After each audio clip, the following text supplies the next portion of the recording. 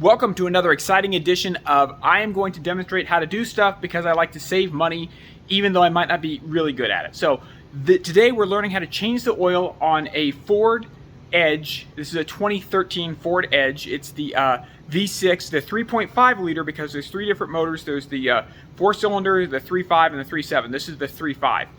First thing you need to do when you go to change your oil is get all the stuff you're going to need.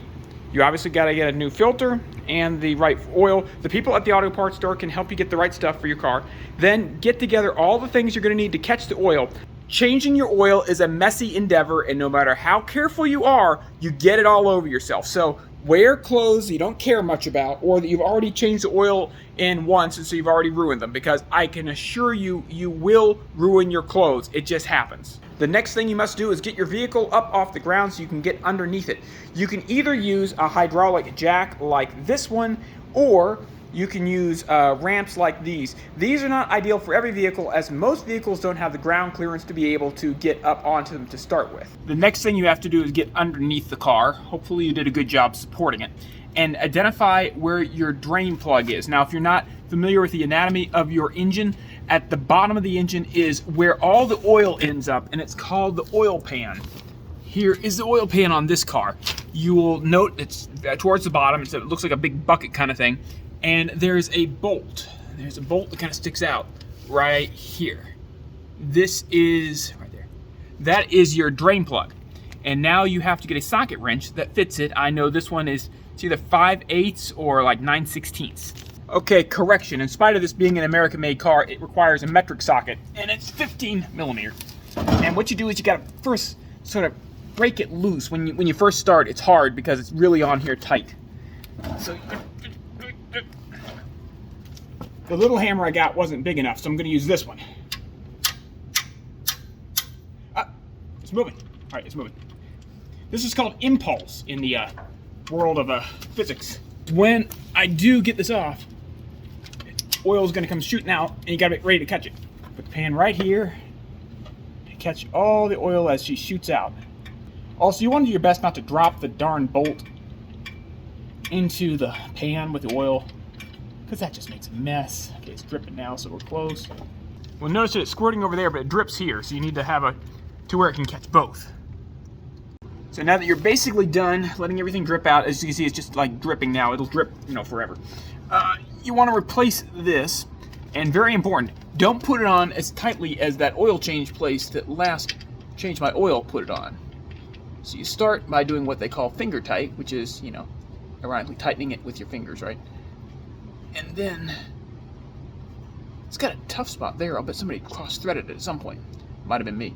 Anyway, okay, once she's finger tight, you come back with your socket wrench and lefty-loosey, righty-tighty, move this out of the way, and we tighten her down no tighter than you want to have to get it off at. So that's not going to fall off on the road, but also not going to be impossible like it was just a moment ago. Now for the really fun part.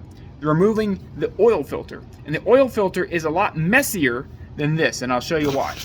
So now that your oil nut is back on the pan, now we locate the oil filter.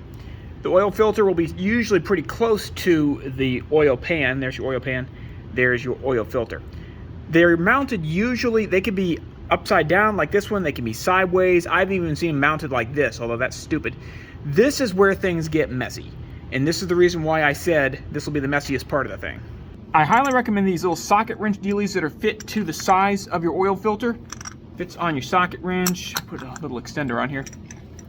You go up underneath it like that. Get it on here. Get your pan ready, because when she breaks loose, hold on, lefty loosey, righty tighty. We're loosening again. When she breaks loose, there's gonna be oil dripping all over the place. Oh, here we go. Oh, that's not hard at all. Back, this is almost too loose. That's okay though. Okay. Like I said, get ready. Because all of a sudden, and you see, you can't not have this make a mess. Because it's upside down, it's dripping oil everywhere. I'm catching it in the pan as best I can, but it's going all, you probably can't tell, but it's, yeah. There we go. It's not even that much, but it's just because it's upside down and dripping oil everywhere. Something that's kind of great about this particular orientation on this car being upside down like this is you can take the new filter. Oh, very important. Inspect the old filter to make sure that the O-ring is still on the filter. What you don't want is a situation, and this happened to me one time, where you leave the O-ring on the engine. Because when that happens, and you put the new one on, and you tighten them down, you got two O-rings, and then the pressure usually squeezes one O-ring out, and the oil goes everywhere. It's a bad thing. Anyway, so since this goes on upside down, take some oil, and see your oil pump is just north of this thing. So when you start the car up, she's dry, and you run the risk of, essentially not having any oil in your oil pump. So help it out by going ahead and putting oil, filling this filter up as much as you can with nice clean oil. And then take your finger and dip your finger in it and run it around this rim to lubricate the seal, like so. Again, don't cross thread it. It should glide on at first. So if it feels like it's not gliding on, it means you're cross threading it. And it's kind of weird, the orientation, because you're upside down, so what's on is off and what's off is on. See how it spins?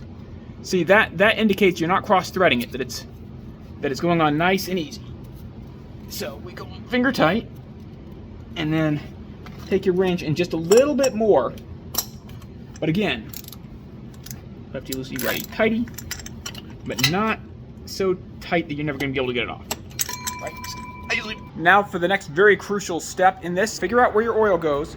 It's not the radiator, it's not the windshield wiper thing, it's right here on the engine. The dead giveaway is where it says SAE 5W20, that's the weight. And you want to make sure that what you're putting in there is what it says on this cap right here. Now I'm not really this short, it's just that the car is still on the ramps, and I don't want to take it off the ramps because I'd have to start it with no oil, and that's not good. So I'm working on it while it's still on the ramp. So here's my oil. Very important, get the seal off and make sure you don't just puncture it in a way that it falls down in there and you end up with a seal in your engine. Also not a cool thing.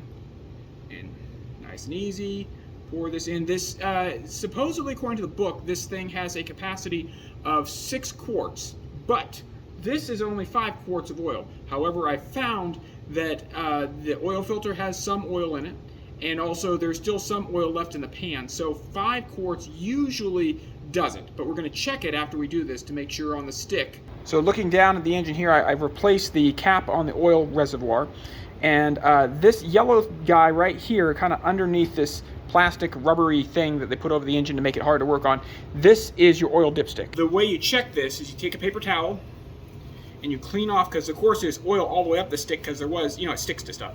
So you clean it off to make sure it's nice and dry. And it's all nice and dry. As you can see, there's 2 little marks to make it easier, 2 little holes on here to show you in between very empty and full, because the difference is only a quart. It could be off the stick and still have oil in there. So you stick that all the way down, pull it back out, and you look at it, and as you can see right now, it's there.